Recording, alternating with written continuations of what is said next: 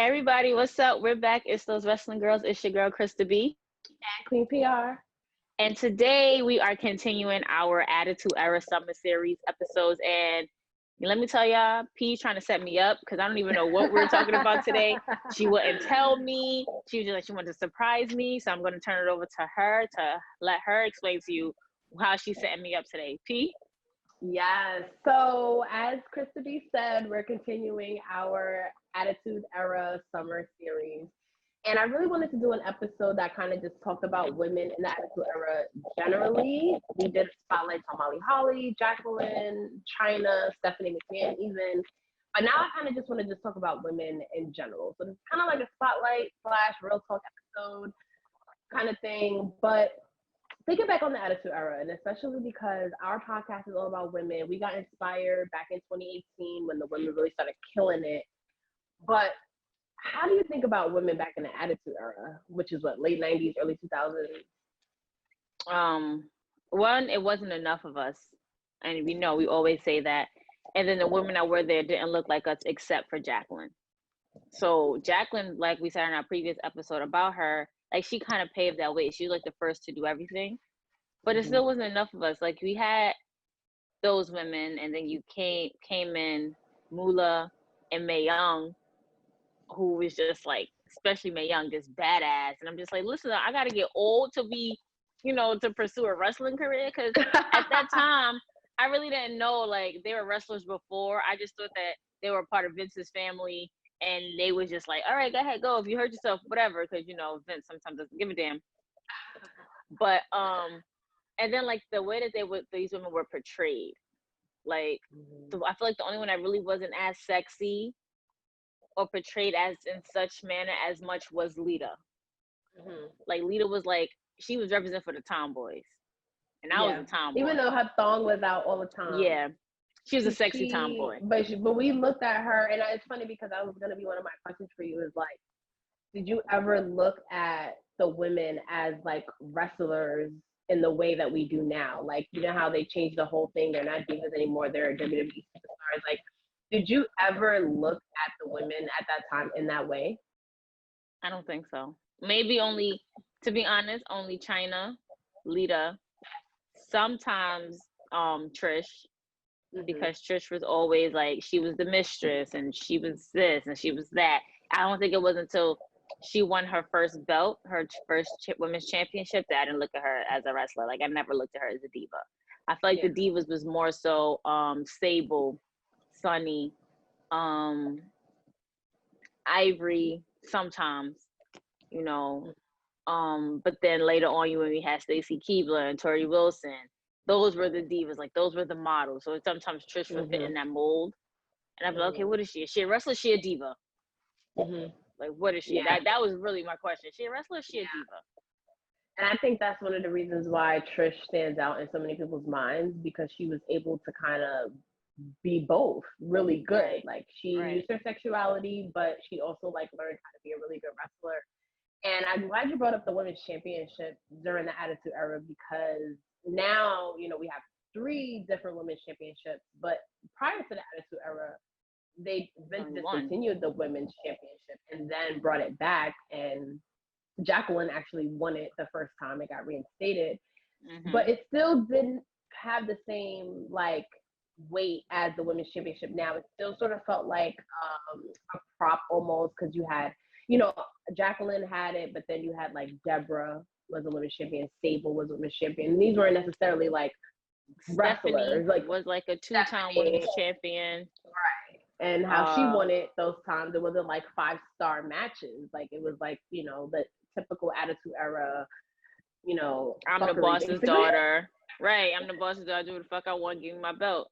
Basically. So you're right. Now it's like, in today's era, it's like the women's champion, all 3 of them, holds more height than the Intercontinental champion. And we know back then, being the Intercontinental champion was higher than being the World Wrestling Federation champion, even like the Universal champion at one point. But now, like, I don't even know who the IC champion is. Exactly. I want to say AJ Styles. I think I want to say AJ Styles too, but it's not as heavily represented as it was before. The men's championships definitely now are kind of like, who's champion again? Like, who's champion? But I forgot Braun Strowman was a champion. Right, and I feel bad because I like Braun Strowman, but it feels like, oh, okay, but when the women's championship changes hands, it's such an emotional investment nowadays. Like, it's taken so much more seriously than like whoever's the universal champion at the moment.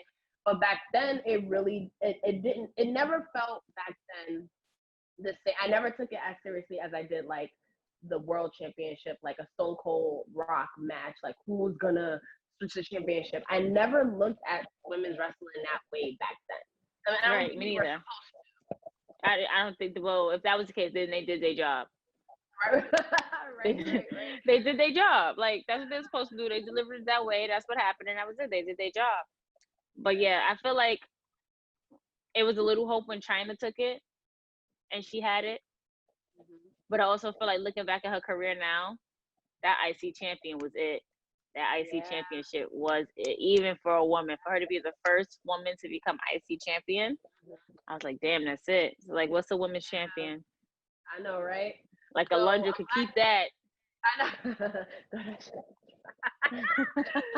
So I'm glad you brought up women making history, because that was something else on the list that I want to talk about. Because in the Attitude Era, there were a lot of presidents that I don't think are going to be, oh shit, I lost my earring. I knew I was too. China winning the Intercontinental title, which you mentioned. In our Jacqueline episode, we mentioned how she won the Cruiserweight title, how China and Beth Phoenix entered the Men's Royal Rumble. There were so many history-making moments that women made.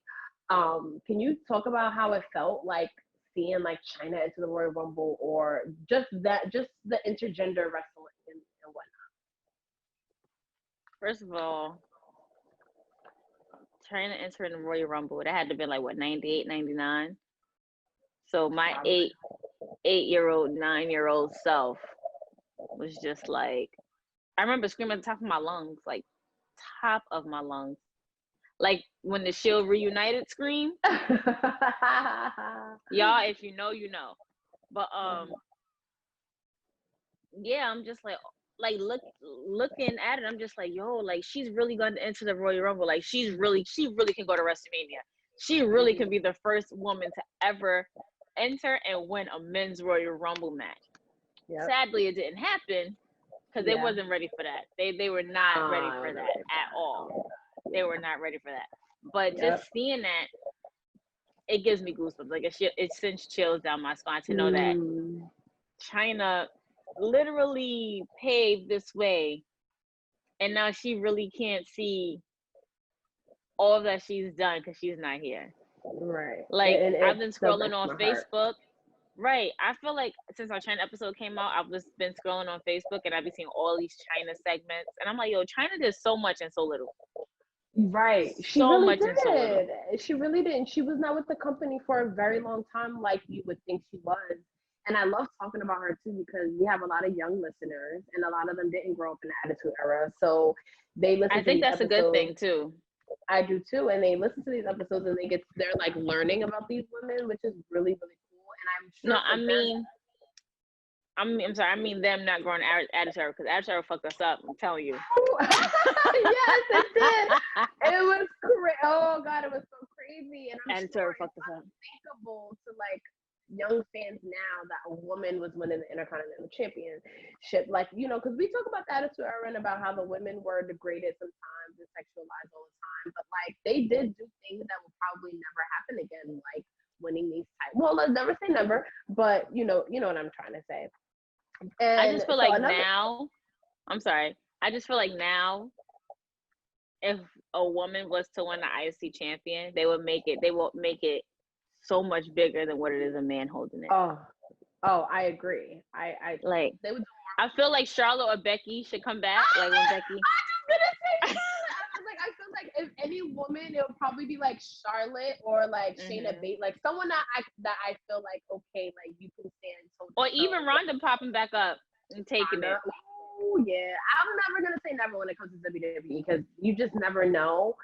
Like who knows if it will get into gender wrestling? Because now we have mixed tag matches where it's like okay, the men is in the ring, the women in the ring. But back then, if there was a mixed tag match, like the women fought the men fought the women, like it was very normal back then. They didn't care. They didn't care. It was no regulations. Now everybody feel like, I feel like they're, all right, so then, and I'm probably going to be, people probably won't call me out, but I feel like there are certain things in this culture and this time frame that we're in that people are too fucking sensitive over. I agree. Too fucking sensitive. Like we be on wrestling Twitter and I'll be just like, y'all really going in for this? Like, have y'all grown up in the 90s? This was regular. China, Jacqueline, Trish, Lita, they took them bumps. Stephanie took pedigrees, angle slams, moonsaults, DDTs, stunners, all of that. All of that. And now they all took spots. And now it's just like, oh my gosh, that's abuse. Y'all need to minimize this and da da da. Like, shut the fuck up sometimes. Like, and I think we should do a Patreon, me and you, about how we feel about intergender wrestling, because I have read some of the most bizarre things online about it. Like, I've read people say that it mirrors like physical abuse, like spousal abuse, and blah blah blah. And I'm just like, I just think it really takes away from the women's talent if you just say like, oh, if they fight men, it just looks like men are beating them. Like, it's like, no, like, I feel like you're so underestimating like what women bring to the table, because on the indies, they wrestle men all the time. Like, they do. It's really not a big deal. But back then, women were going through tables, like you said, they were going through tables, they were taking chair shots, they were taking Mae Young finishers. At 80, 70, 80 something years old, went through a table off of the stage. Yeah. And if you go back and you watch those top 10 lists on the WWE network, she said so herself that she was all for it. She wanted to do it. Oh yeah, she was, and then she even told Bubba, "Do not take it easy on me. Do not right, I don't worry about my age." Now that's some badass shit right there. Right, nobody's gonna sit here and recognize that. Like, I need to go back and read the story of Mae Young. I need to go back and read the Sisterhood of Wrestling way back when, because they were really handing it to these women, and these women were for it because this is what they wanted to do. They wanted to put on the show. They wanted to say, anything you can do, I can do better. So this culture sometimes is too sensitive for me, and I just be like, I think this is why I'll let you handle Twitter more than I do, because my mouth is reckless. Yo, and you know what I've been starting to do is using the mute, but like I've been posting things and just hitting mute, because like I can't, I personally am just like, I don't even care, like I can't deal, because if y'all were watching wrestling back in the Attitude Era, like y'all would all y'all favorites would have been canceled. Like like, you know what I mean? Like some of the Rock's monologues were, a little crazy. But I want to go to, you mentioned Mae Young. So on my list, I have legends, Moolah and Mae Young. And I remember them vividly in my childhood. I remember when they came about, and I didn't know like the legacy and the pedigree that they brought. I just thought they were just like the funny old ladies that was just going to get into some shit. Like a Doink the Clown or something, like Doink the Clown, or like the plumber or the dentist or the repo man, something of that nature. Like, you got two old ladies. Like, I really thought that Mae Young died when she went through that damn table. I was like, why they got this old lady out here doing that? Like, I think I shed a few tears, and then this storyline comes when her and Mark Henry are together, and they give birth to a hand. Oh my God! Only in the Attitude Era. Attitude Era fucked us up. Yes, that really happened. And she was in a lot of like, they were in like schoolgirl matches, where they were in evening gown matches, they were in bra and panty matches. Like with Fabulous Moolah and Mae Young came around, they did everything. Like you said, Krista, they did everything everybody else did and better. They were taking crazier bumps. They were doing. I used to just be like, oh my God, like how do they have them out here? Like, oh my God. And they weren't as old as they looked. I mean, but they were older. Like back then, you can tell. All right, that's an elderly woman. Like a 70-year-old woman now compared to what a 70-year-old woman looked back then, you'd be like, what? Okay, you confused. Like, you're right. The 90s was a different era. You are 90s was a different era. So since we talked about the legends, let's talk about the first divas. You had mentioned them before. Sonny and Sable are kind of looked at as like the first diva because there wasn't really any like females in the WWE that were strictly there to be attractive. Like we had Miss Elizabeth and like managers and stuff, but they had like a role, they had a purpose, you know. Sonny was kind of the first, just like eye candy, like you're watching Raw because I'm sexy type of shit. And then you had Sable. What do you remember about them? Well, Sonny was kind of diminishing out when we started watching 96, 97. My most vivid memory of Sonny, she brought back Animal and Hawk. Legion of Doom. Okay, I'm I had the spikes in my head, but I was like, I can't. The mohawk and stuff, and I'm just like, damn, what is it? And for those who won't be listening, they couldn't see my facial expression. I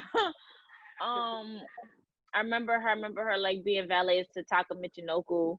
But I vividly remember when the New Age Outlaws pushed that dumpster with Mankind and Terry Funk, and then over the stage, and I remember that Terry Funk is yelling that his neck is fucked up, and Mankind is not even moving, and you see Sonny on top of the stage and then going down like hysterically crying or whatever, and you could tell that was not a part of it at all.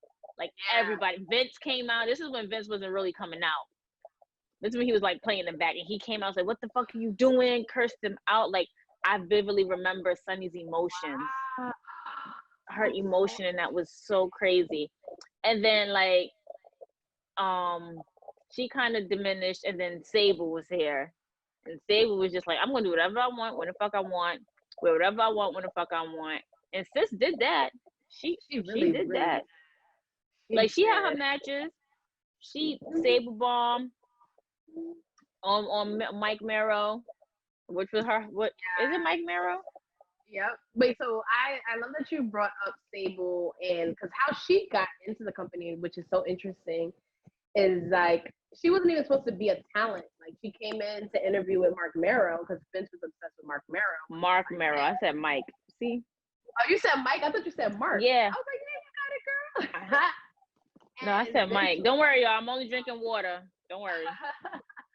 And then Vince was like, everybody, like, once they left, they all had looked at Sable and was like, okay, yeah, there's something there. And they just had her coming out, modeling merchandise. And then the crowd reaction to her just got like bigger and bigger and bigger and bigger. And they just decided to put her into more things. And her storyline was about Mark Marrow being jealous because she was getting more attention. And then that's how she started beefing with Jacqueline, because Jacqueline was like her replacement with Mark Marrow. So it's so interesting how Sable made such an impact, and she wasn't even supposed to be in front of the camera at all. She wasn't. And it's like when she came out, she was quiet. Like she wasn't the mouthpiece at all. Like she was very, very quiet. She was not supposed to have a mic or anything. One day she was just like, listen, you want to have me out here? I'm going to say what I got to say. I'm going to do what I got to do. I'm going to wear what I wear. But of course you remember Sable.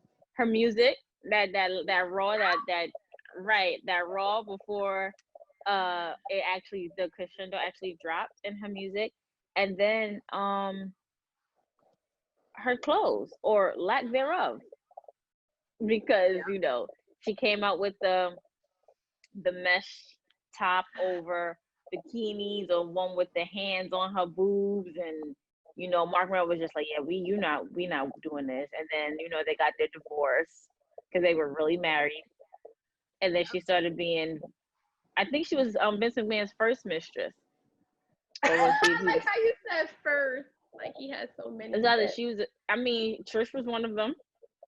She definitely was. Sable was one of them. So I'm so glad this is a really good segue, because we're just talking about women in general in the Attitude Era. You brought up Linda. I'm just so glad that you surprised me with this, because Lord, I would have been like, yeah, you know what? Y'all gonna see this K on this screen because I'm about to go do research. No, just kidding. But Linda McMahon was a prominent character. Linda had to be my favorite. Yeah, I kid you not. Linda had to been my favorite McMahon on TV. Like, she was literally the regular. I was just actually watching the clip when she announced that Stone Cold was going to be in The Rock's corner for Backlash. And Stephanie was like, that's bullshit.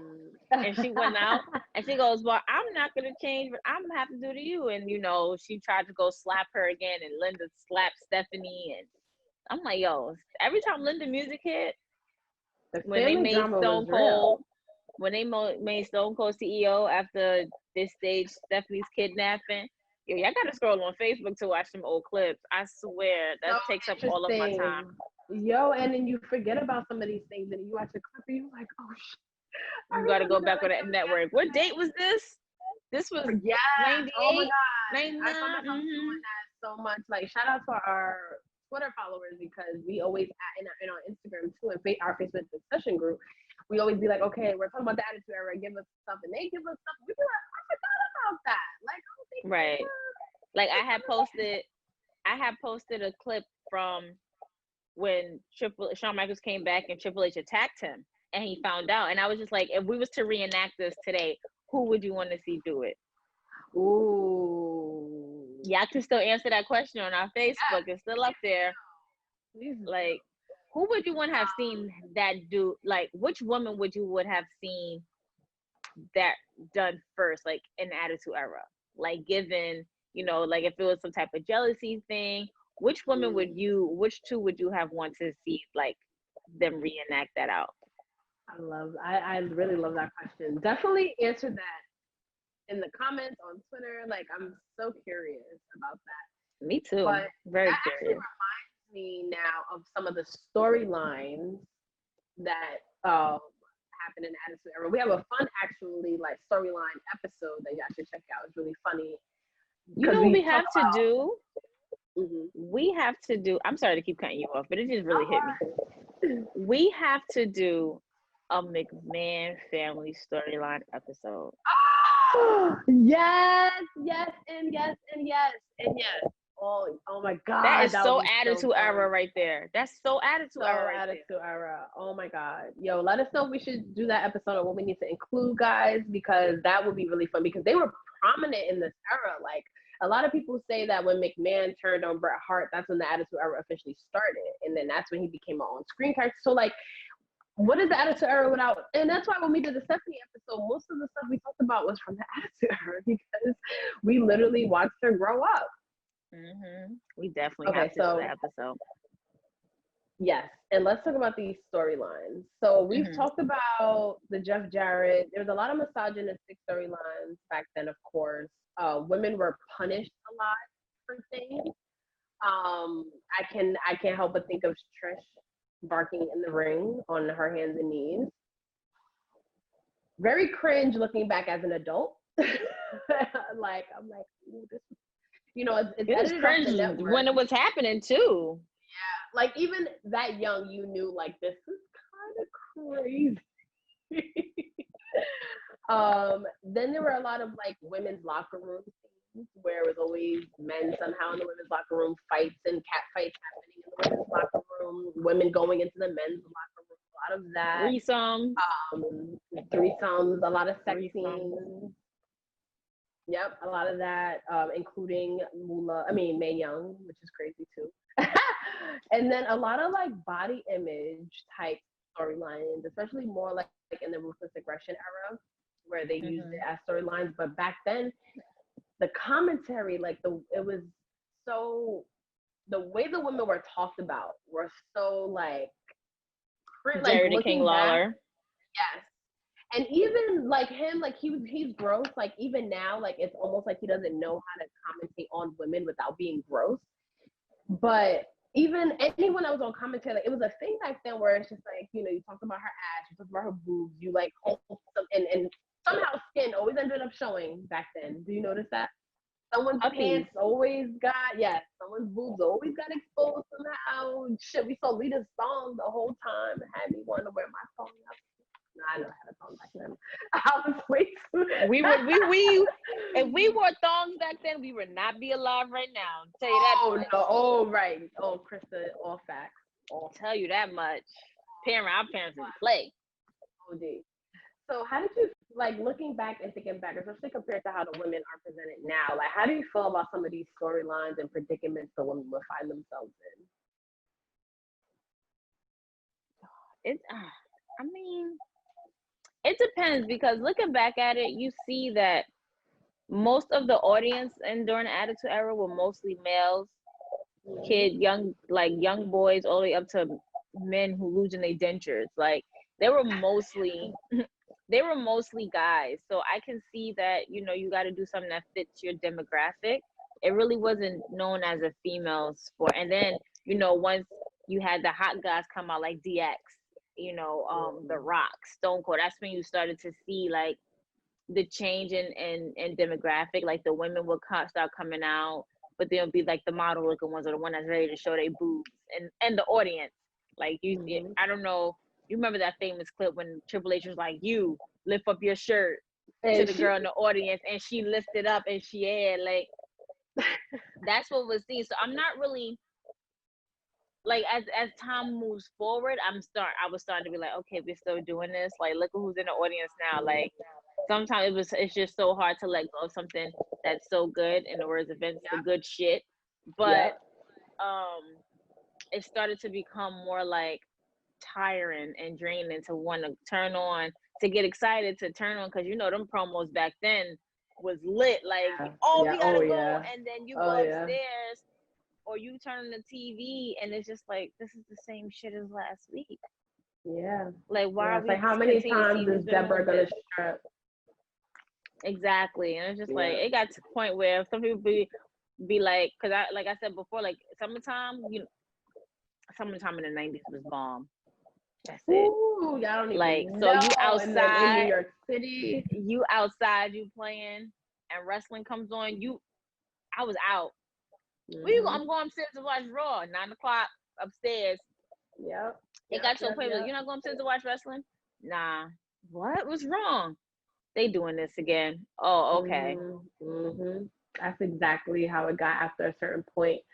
And I want to talk about of storylines. PMS we talk about in our Jacqueline episode, but I also want to talk about Terri Runnels, because I feel like she is definitely one of those unsung heroes, because she was there from Goldust back in like 96, all the way on. Like, she did a lot of things, and she moved around a lot, and she was a part of a lot of things. So I definitely want to give a shout out to Terri Runnels and the roles that she played, because she was always around. Like, in my memory, like, she's vividly, when I think back, like, she's always around. She was always around. I think she was around way before Goldust was Goldust. I feel like she was around when he was just like Dustin Rhodes. Yeah. I feel like she was around there for it. But yeah, she played a role too. She did the Goldust stuff. They were married in real life as well. They got a divorce, and they still worked together after a little bit. Then it was PMS, and then she went on to be with Perry Saturn and Dean Malenko and Kristen Juan, Eddie Guerrero. She was dating Perry Saturn, and it was like she just kind of dwindled. Out. I don't know if she ended up in WCW. I'm not sure. No, WCW was going by that time.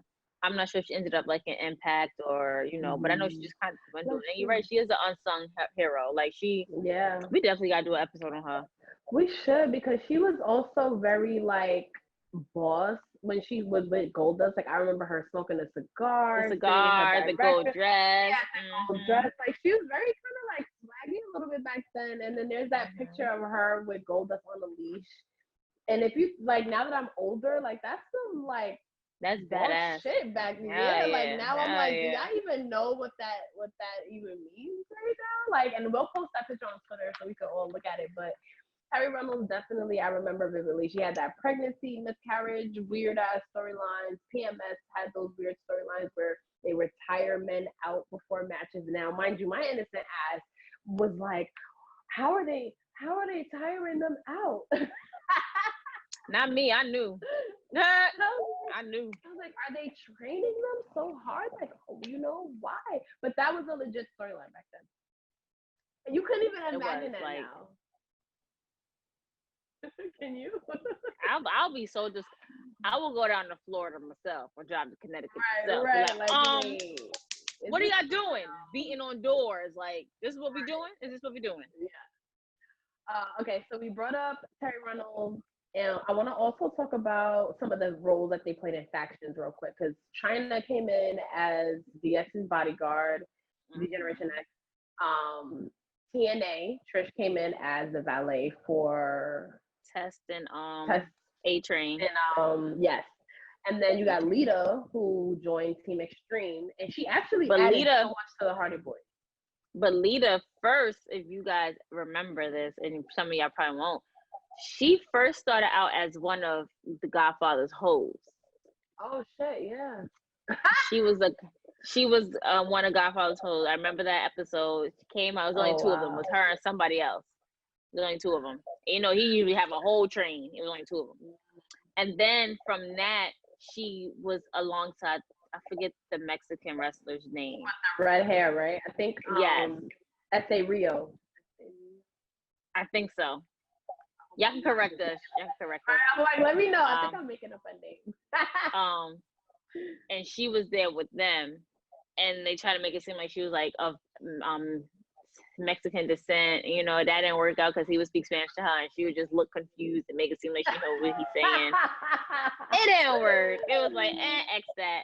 And then she became part of Team Extreme, and it which was like the best thing. Oh my God, best thing. They were like the coolest thing. Like, I wish like whoever did not grow up watching Team Extreme, how cool they just seem like the coolest people. Like, right. Becky even awesome said it was because of Lita, like she wanted to be a wrestler and wear thongs and shit. Yeah, like, yes. Who didn't? I mean, I didn't want to wear a thong, but I did want the crop tops. Oh yeah, I definitely whatever little net thing. Yes, the mesh. I wanted all of those all vibes. Of that. Then we had the yes. Holly Cousins, we talk about in our Molly Holly episode. Mm-hmm. That's how Molly Holly debuted, and then Ivory was put with Right to Censor. So like the women are always sort of like paired with the men somehow, which is cool. But in some situations, they really elevated the men. Like, what was DX without China? What was Team Extreme without Lita? What was like? Right, what is DX without China? Do you remember Tori? Mm-hmm. I wonder what happened to her. Me too, because she was also featured for a short amount of time. She had like a storyline with Kane, X-Pac. She was in DX. She was in DX. I wonder what happened to her. She kind of like, was she supposed to replace China when China left DX? Not left WWE, but when China left DX. I'm wondering, like, was she the female replacement? And I don't know, because Stephanie was with her too at the time. Stephanie was there, so maybe. And Tori helped Stephanie win the women's championship. Her first one. Damn, y'all need to let us know what happened to Tori. Let us know, not Tori Wilson, the original Tori. Tori, yes. Do you remember the cat? Yes, Miss Kitty. Yes. Who also happened to be married to King. Yes, she definitely was. I don't know if she still is married to him. She got fired, and King was like, "If you fire her, I'm out." Vince was like, "There's the door." King was like, "All right, bye." That's a real match right there. But that's when Paul Heyman came and replaced King. For those of y'all who didn't know why King wasn't there no more. Yep. And supposedly she was hard to work with, but there's a lot of different reports on whether or not that's true. But she was in a lot of storylines. She participated in her bra and panty matches. I remember her with Miss Kitty very vividly. She was China's like kind of like protege at one point. They like dressed her like, I'm gonna post some of these photos. They're like really so funny. She came, a little background on Miss Kitty. She was originally, it was Deborah and Jeff Jarrett. So it was a gift from Jeff Jarrett to Deborah to have Kitty. So she started off as Deborah's assistant or whatever. So when that whole storyline started to come out, China was just like over it. And, you know, you don't deserve this. You two are better than that. So when Deborah kind of ventured off after the whole, I think, everything in with the kitchen sink match, Kitty was still around. And then one day you see Kitty dressed up as China, black wig and all of that. That's how she actually came to the fold. She was a gift from Jeff to Kid to Deborah. I'm such a so historian glad. sometimes. You really are. Oh my God, you really remember like such as like key things, because that also speaks to the storylines that the women were in during that time too. How do you give somebody a whole woman? Right. That's not and he was a lesbian so misogynistic anyway. So right. I'm glad you mentioned the Godfather's hoes, because when it comes to women in the Attitude Era, they were I remember them vividly, and people look forward to them. I was for the whole train. I thought it was fun. And then you went into different cities, and he had girls from different cities, and then a lot of, like you mentioned, Lita, a lot of wrestlers that a lot of women that end up working with WWE is a hoe at some point, and including Ryan Shamrock. Do you remember her from PMS? Yes, Ryan Shamrock, who was Ken Shamrock's sister. Who you couldn't fuck with Ken Shamrock's sister. No. And I think she was messing with, who was she messing with at the time? I don't remember. She was messing with somebody, and Ken was like, no. And I remember she had got kidnapped by the Ministry of Darkness too. Ooh, boy. Wow, you are really bringing it back. You are really bringing it back. Was my thing. Oh, she was messing with Val Venus. Yes. Oh my God, yes. Oh God, Val Venus. Oh my God. Do you remember Barbara Bush, the EMT? Shout out to, I don't know who on Twitter brought her up, but I'm so glad you did, because I almost forgot about her. But she was the real busty EMT, because you know, back in that era, everybody was getting hurt, ambulance was coming for everybody, everybody was getting arrested. But she was this busty EMT lady that always came, named Barbara Bush. And so many people were like, you got to talk about BB, Barbara Bush. I'm like, why y'all remember her so much? You see why. Okay, so I want to talk about a couple more things before we wrap up. Lillian Garcia. I'm about to say, I was really about to say, if you sit here and not mention now 1 ounce of a Lillian Garcia, we about to be over. You know I had to. Right, okay. We got to do an episode on her too, because she was literally a staple of Attitude Era. I would absolutely love that, because she had some iconic moments with The Rock, Stone Cold, everybody basically. And before, I'm going to let you go off on Lillian Garcia, but before you do, I want to mention, and why I mentioned Lillian Garcia so much is because she always talked about how at one point, when it came to women, like there were a lot of nights where she was the only woman that was in the ring. Like pay-per-view, sometimes she was the only woman ever, like in the ring, coming out and all that kind of stuff. She sang the national anthem. She was with the company for over a decade. And yeah, I think it was just like 2016, 2017. She wasn't there anymore because of her dad. Her dad had passed away, I believe. But yeah, she was there for a long, long time. Like and I remember, was like a fan. Yeah, me too. I remember when sorry guys, watching Attitude Era, and when it was no more Harold Finkel or what was his name, Chummel or Chummy or something, the other one. You know him if you see him. And I remember hearing this woman's voice, and she had to do all of the announcements and stuff, and she was horrible the first day. Like they would pan the camera on her, you see her like scrolling through the book name and stuff like that. But come that second episode, sis got it down pat. She's like, y'all not gonna put me out there being crazy. Nope. Nice. And like she was everything. You know, you have your funny Lillian Garcia moments when she's walking and she's being introduced to come to the ring and she falls down the ramp. With her backstage interviews with The Rock and the food tank pie and the strudel, the beer chuggling. She took a lot of things like a champ. As did a lot of women in that time. Like she really took it like she was cool, and I love that at Evolution she came back to ring announce and she got a Lillian chant, and I always like to mention that because I have chills. Literally, that gave me goosebumps.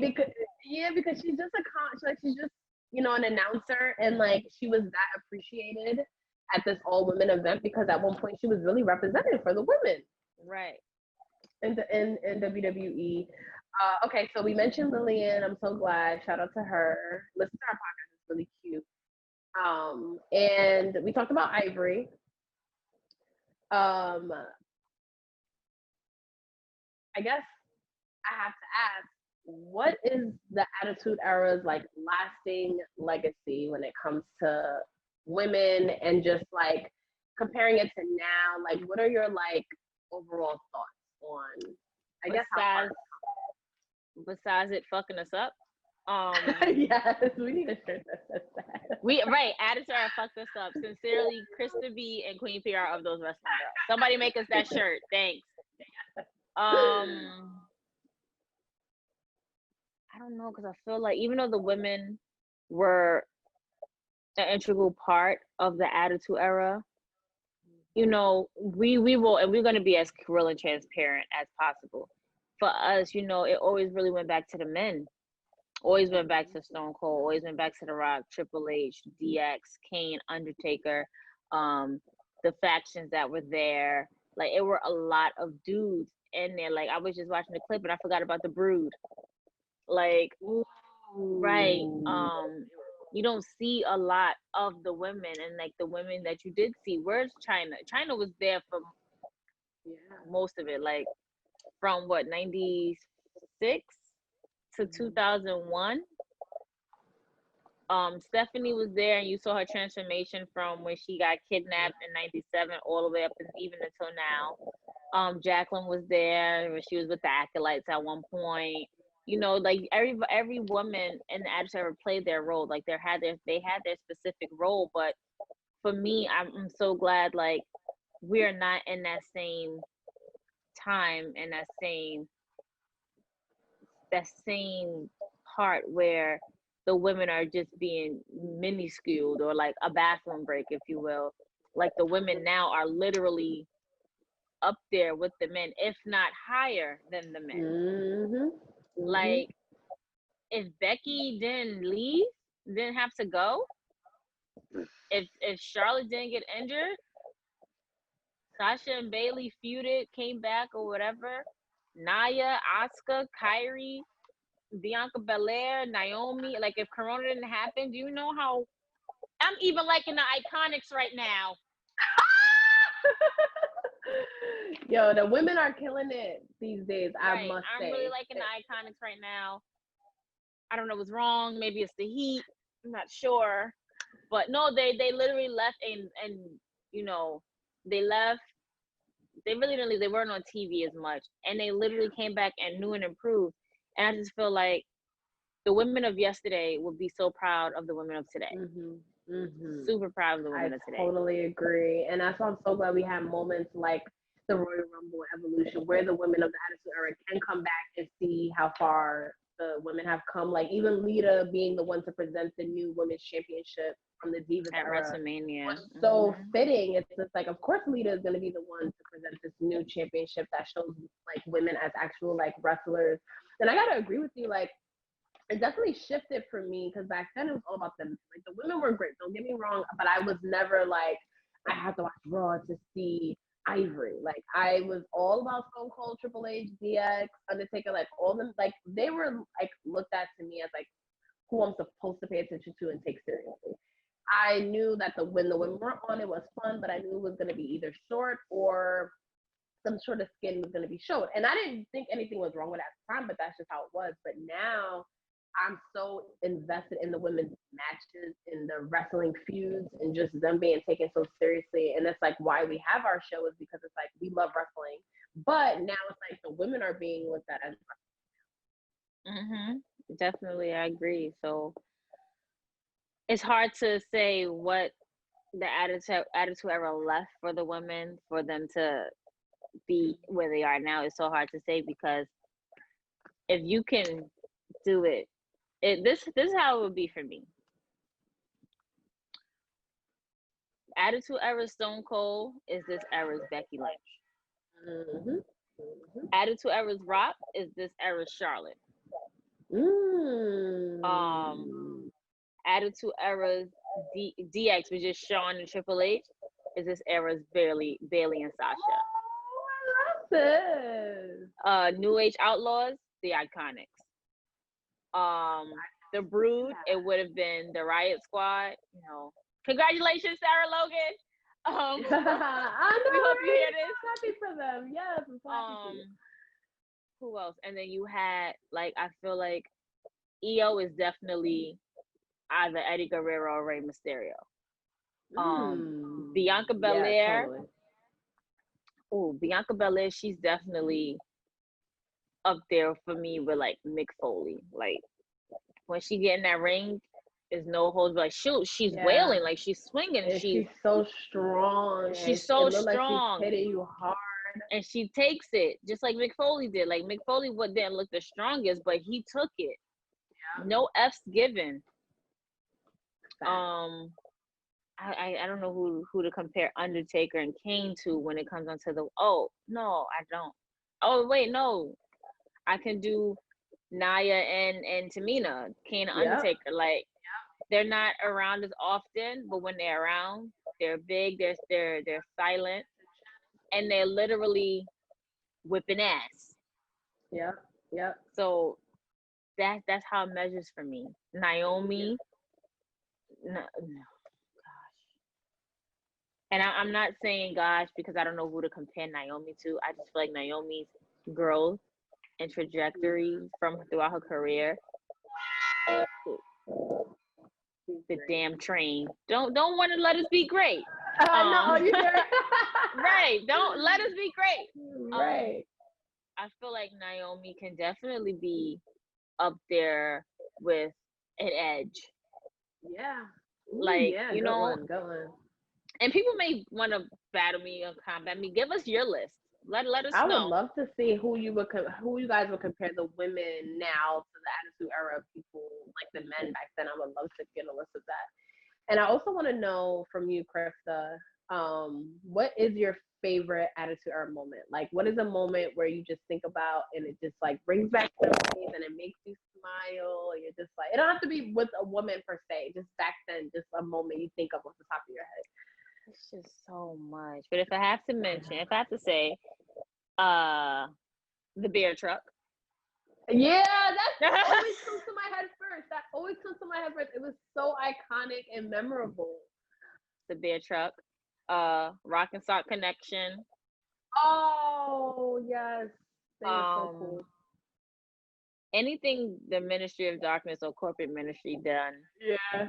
Like we're on the same page with that. What else? It's just so much Attitude Era stuff that you really can't really narrow it down. I gotta go back and look up some stuff. Let us know what y'all favorite moments in Attitude Era are. A lot of mine are the same as Krista's.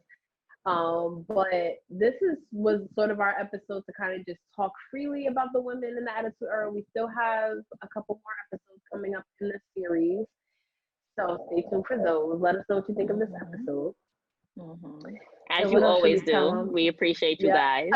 We have some, oh my gosh, I cannot wait. Like me and P got some stuff for you guys, literally up our sleeves. Like it's been really taking those wrestling girls to the next level. We just want to thank you guys. We can't thank you enough. There aren't enough thank yous that we can give, and there's not enough love that we can show and give you guys, because you guys really ride out for us.